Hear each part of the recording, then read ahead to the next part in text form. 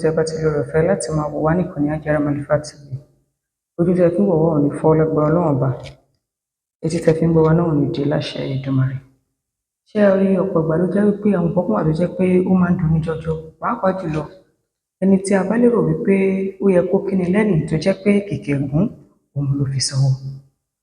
Lónìí ló jẹ́ wípé ìfẹ̀hónúhàn wáyé ìyẹn nílé ẹ̀kọ́ gíga FUNAAB nílùú Abẹ́òkúta. Eléyìí tó jẹ́ kí àwọn ọ̀gọ̀rọ̀ àwọn akẹ́kọ̀ọ́ kí wọ́n bọ́ síta láti fi ẹ̀hónú wọn hàn lórí àwọn ohun tó ń ṣẹlẹ̀ nílé ẹ̀kọ́ náà, eléyìí tí kò tẹ́ wọn lọ́rùn. Tí a bá ń wo ẹ̀gbẹ́ mi bẹ́ẹ̀ ṣe ń wò yẹn rí wípé ẹ rí àwọn akẹ́kọ̀ọ́ eléyìí tó jẹ́ pé wọ́n gbé oríṣiríṣi pátákó dání tó wà lẹ́nu tẹ́ ń wò yìí. Láìpẹ́ láì jìnnà ẹ máa rí wọn nísàn gbogbo tí wọ́n ń sọ níbẹ̀. Ṣùgbọ́n ẹ jẹ́ sáré yàn nínú ẹ̀fín kó tó di pé wọ́n ṣì sílẹ̀ níbi tẹ́ pé ó ti gbọ́ fúnra yín. Kí ló ṣẹlẹ̀ ní wípé wọ́n ní lánàá yẹn ọjọ́rú Wednesday ní nǹkan bí ọwọ́ alẹ́ ló jẹ́ wípé akẹ́kọ̀ọ́ kan ni wọ́n gbé dìgbàdìgbà lọ sí ilé ìwòsàn eléyìí tó jẹ́ ti ilé ẹ̀kọ́ náà eléyìí tí a mọ̀ sí health center tó wà lágbègbè náà. Wọ́n ní ṣùgbọ́n eléyìí tí máa ń ṣẹlẹ̀ tipẹ́tipẹ́ tó jẹ́ wípé àìbìkítà àìlákíyèsí àti àìkàǹkọ́kún àwọn tí wọ́n jẹ́ òṣìṣẹ́ yẹn ní ilé ìtọ́jú aláìsàn eléyìí tí a mọ̀ sí health center ní FUNAAB yìí ló jẹ́ wípé ó fà á tí ọ̀pọ̀lọpọ̀ àwọn akẹ́kọ̀ọ́ fi ń sọ ẹ̀mí nù. Eléyìí tó dunni jọjọ eléyìí tó ṣẹlẹ̀ ní òru mọ́júmọ́ òní níbi tí wọ́n jẹ́ pé ipa wípé wọ́n níṣẹ́ rí akẹ́kọ̀ọ́ kan ọmọ ilé ẹ̀kọ́ ìyẹn FUNAAB ni ṣùgbọ́n ìpele àkọ́kọ́ ilé ìtàkùn sọ́dọ̀ level ni ó wà. Wọ́n ní wọ́n gbé ọmọ náà débẹ̀ dìgbàdìgbà pẹ̀lú ìrànwọ́ láti tètè fún ní ìtọ́jú eléyìí tó péye. Ṣùgbọ́n ìyàlẹ́nu ló jẹ́ o wípé wọ́n wá ń béèrè káàdì kan lọ́wọ́ rẹ̀ eléyìí tí wọ́n ń pè ní green card pé kó kọ́kọ́ lọ mú green card wá náà kí wọ́n tó ṣe ìtọ́jú ọmọ náà. Lábẹ́ bó ti wù kó rí, ẹ jẹ́ máa sáré fi eléyìí gba gbogbo àwọn tá a jù ṣe ilé ìwòsàn ní ìmọ̀ràn pé ẹ jẹ́ ká kọ́kọ́ dóòlà ẹ̀mí náà. Ẹ jẹ́ ká gbìyànjú láti máa dóòlà ẹ̀mí torí lábẹ́ bó ti wù kó rí kò sóhun tá a ṣe tá a ní jèrè o. Bẹ́ẹ̀ ni wọ́n máa ń dunni nígbà míì torí pé Ọlọ́run ló sọ ní òun ó bẹ ṣe bàbá wò lára ọmọ láti ìran kiri títí dé ìran díran. Ọlọ́run má ṣe wá lẹ́ni tí ó pàdánù, kó má ṣe àwọn ọmọ wa lẹ́lẹ́mìí kúkúrú, àwa fúnra wa náà kó má ṣe wá lẹ́lẹ́mìí kúkúrú. Ó jẹ́ ohun tó bu ní kódà ó bu omi tútù sí ni lọ́kàn jọjọ nítorí pé wọ́n padà pàdánù akẹ́kọ̀ọ́ eléyìí tí ọ̀rọ̀ náà ṣẹlẹ̀ lórí yìí. Gẹ́gẹ́ bí a ṣe gbọ́, wọ́n ní akẹ́kọ̀ọ́ náà ń pọ ẹ̀jẹ̀ lẹ́nu náà, wọ́n sáré gbé dìgbàdìgbà lọ sílé ìwòsàn náà pẹ̀lú ìgbìyànjú àti pé kí wọ́n lè tètè bá wọn tọ́jú ẹ̀ kó wọ́n bá àjà síta lọ́jọ́.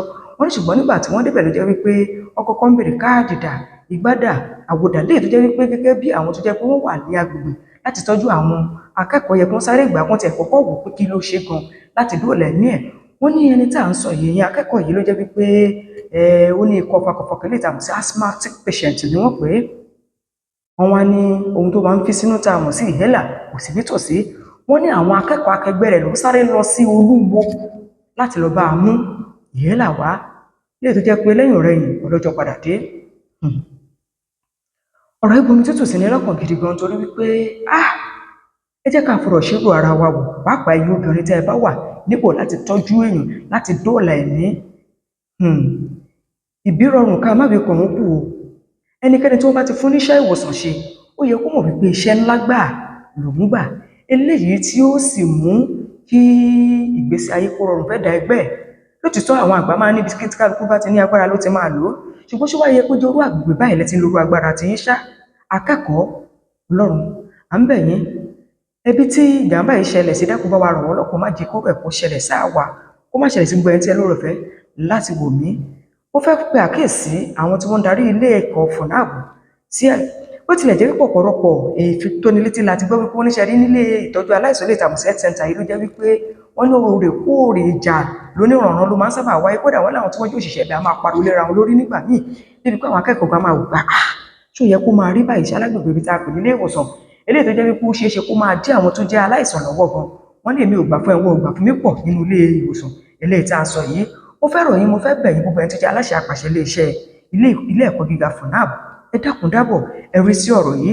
Eléyìí gan ló fà á tí ẹni tó jẹ́ olórí àwọn akẹ́kọ̀ọ́ eléyìí tí a mọ̀ sí SOG president sọ pé ó ti tó gẹ́. Wọ́n ní kì í ṣe báyìí, wọ́n ní kì í ṣe pé ṣẹ̀ṣẹ̀ ń rí báyìí torí pé ó ti ṣẹlẹ̀ tẹ́lẹ̀ rí sí ìkan lára àwọn akẹ́kọ̀ọ́ kan eléyìí tó sọ pé wọ́n ní sickle cell patient náà lòun náà eléyìí tó jẹ́ wípé wọ́n ní bí ọdún tó kọjá àbí ìgbà tó ṣẹlẹ̀ wọ́n ní látara ìkàǹkọ́kún ìwà kòkànmí àti bẹ́ẹ̀ bẹ́ẹ̀ lọ ló fà á tí akẹ́kọ̀ọ́ náà nígbà náà tó fi pàdánù ẹ̀mí rẹ̀. Wọ́n ní ìmíì ló tún wá ṣẹlẹ̀ lánàá mọ́júmọ́ ẹ̀ní yìí. Gẹ́gẹ́ bí wọ́n ṣe jẹ́ pé wọ́n níṣẹ́ rí, wọ́n ní wọ́n sì lè dóòlà ẹ̀mí akẹ́kọ̀ọ́ yìí. Wọ́n ṣùgbọ́n ní bó ṣe débẹ̀, ìwà kọ̀ọ̀kan míì ni wọ́n ń wù. Ẹ mú green card wá.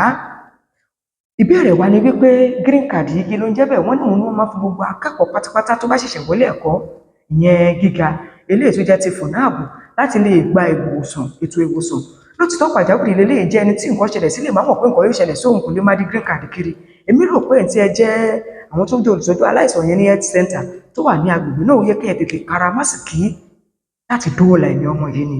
Bóyá tó bá yẹ pé ẹ ṣe bó ṣe yẹ kẹ́ ẹ ṣe ni bóyá ọmọ náà ìbá ti jáde láyé. Ṣùgbọ́n mo mọ̀ wípé gbogbo nǹkan láyé pátápátá ni Ọlọ́run fún lóore ọ̀fẹ́ láti ní àtúnṣe sí, àfi tí a bá dàgbọ́n lánìkan. Mo fẹ́ fi eléyìí pe àkíyèsí gbogbo àwa tí a jẹ́ apàṣẹ ilé ẹ̀kọ́ gíga FUNAB.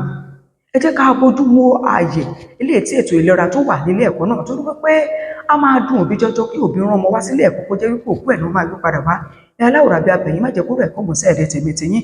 Gbogbo ojú tó láǹfààní láti máa wò mí báyìí, ẹ bá mi pín fọ́nrán yìí kó lè dé ibi tó yẹ kó dé pàápàá. Ẹ̀yin tí ẹ bá mọ àwọn aláṣẹ apàṣẹ ilé ẹ̀kọ́ gíga FUNAB eléyìí tó jẹ́ wípé ìṣẹ̀lẹ̀ náà ṣẹ̀ yẹn ní ọjọ́rú Wednesday àná 19/06/2024. Eléyìí tó fi mú káwọn akẹ́kọ̀ọ́ náà wọ́n faraya lónìí tí wọ́n fi ń gboríṣiríṣi pátákó. Ó ti tó gẹ́, ẹ má fẹ̀mí wa, ẹ má dẹ́mi wa lórígbodò. Ẹ fi wá sí ipò tó yẹ káwọn ọmọ yín wà nílé. Ẹ tọ́jú wa bó ṣe yẹ kẹ́ ẹ tọ́jú wa. Ẹ má torí wípé a ò nígbà láwo kẹ́ fi wá tàfàlà bí kẹ́ fi wá sọ̀kò. Eléyìí jẹ́ ohun tó bu omi tútù sí ni lọ́kàn gan o. Mo bẹ̀ lọ́run nínú àánú ẹbí tí ìṣẹ̀lẹ̀ náà ṣẹlẹ̀ sí, Ọlọ́run dákun bá wa rọ̀ wọ́n lójú. Má jẹ́ kúrò ẹ̀kú lẹ́yìn mọ́ fẹ́nikẹ́ni. Ẹ jẹ́ wọ́n padà sọ́dọ̀ ẹ̀yin òṣìṣẹ́ elétò ìlera. Adéṣe láríkàríkà àti ẹrí yẹn bàbá rẹ̀ gan ni. Torí kò sóhun tí ẹ bá ṣe lénìí tó jẹ́ pé ọjọ́ kan ń bọ̀ tẹ́ ẹ̀ ní kéré ẹ̀. Gbogbo dáadáa tẹ́ ẹ bá ti ṣe máa kéré ẹ̀, pàápàá àwọn ọmọ yín ó jẹ́ ń bẹ̀. Fún ìdí èyí, ẹ dẹ́kun àti máa dákunlá. Ohun tó bá gba ìkáràmásìkí, wọ́n rántí wípé iléeṣẹ́ ọlọ́pàá gan ti fi léde wípé kódà tẹ́ ẹ bá ríyàn tí wọ́n yìnbọn fún, ẹ má béèrè nǹkan kan lọ́wọ́ ẹ kọ́kọ́ tọ́jú ẹ̀ náà kámbò nítorí ẹni tí wọ́n yìnbọn fún. Eléyìí bomi tútù sí ni lọ́kàn. Ẹ̀yin tẹ́ sì wà lẹ́nu iṣẹ́ nígbà náà, ẹ sì ń wo ọmọ lọ́mọ ó sì ń kú lọ. Tó bá jọmọ tí yín kọ́ṣẹ́ ẹ lè ṣe bẹ́ẹ̀. Mo bẹ̀ lọ́run kó foríjì yín, torí tí ò bá foríjì yín ni yóò bí ẹ̀ṣẹ̀ náà wò lórí yín títí tó rí àwọn ọmọ yín.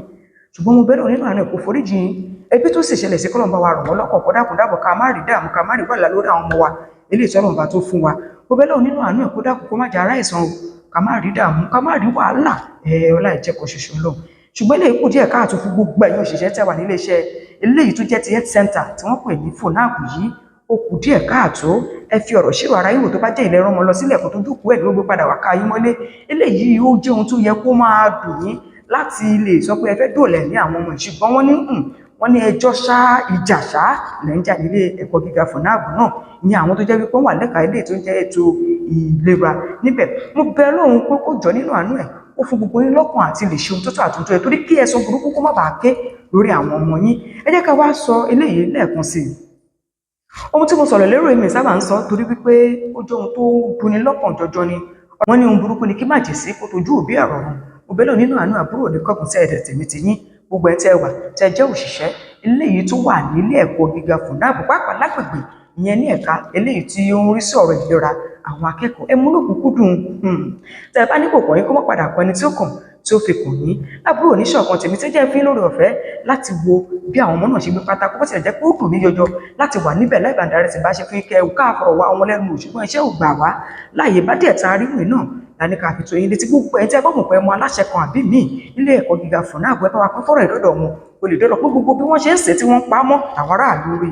Mo bẹ̀ lọ́run nínú àánú àbúrò oníkọ́gùn sẹ́ẹ̀dẹ̀ tèmi tì yín.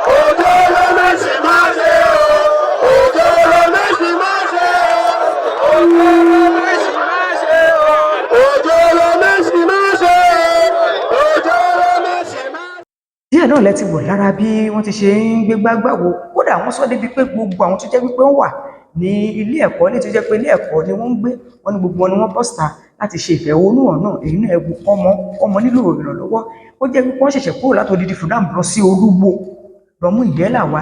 Èlò ní ìyẹ́là ẹ tiẹ̀ ṣe fún náà kẹ́ ẹ wá wò bóyá òbí àbí ará ẹ̀ kò ní dúpẹ́ lọ́wọ́ yín pé ẹ dóòlà ẹ̀mí ọmọ náà. Ọlọ́run kó jọ kó má jẹ́ kóró ẹ̀ kù lẹ́yìn mọ́. Mo ń bẹ lọ́hùn Ọlọ́run kó dákun dábọ̀ gbogbo ẹni tó máa kú kó jẹ́ ó dàgbà ká má sunkún ọmọ, káwa náà ká má ṣẹ́kù ọ̀la àjẹkùn. Tó bá jẹ́ ìgbà àkọ́kọ́ rẹ̀ tẹ̀ ń darapọ̀ wá ní ìkànnì yìí, ẹ subscribe sí ìkànnì ẹ̀ notification button ká lè jọ láǹfààní àti gbádùn ara wa síwájú sí àjọṣepọ̀ wa tẹ̀ rí yẹn náà láfi lè ṣe àṣeyọrí.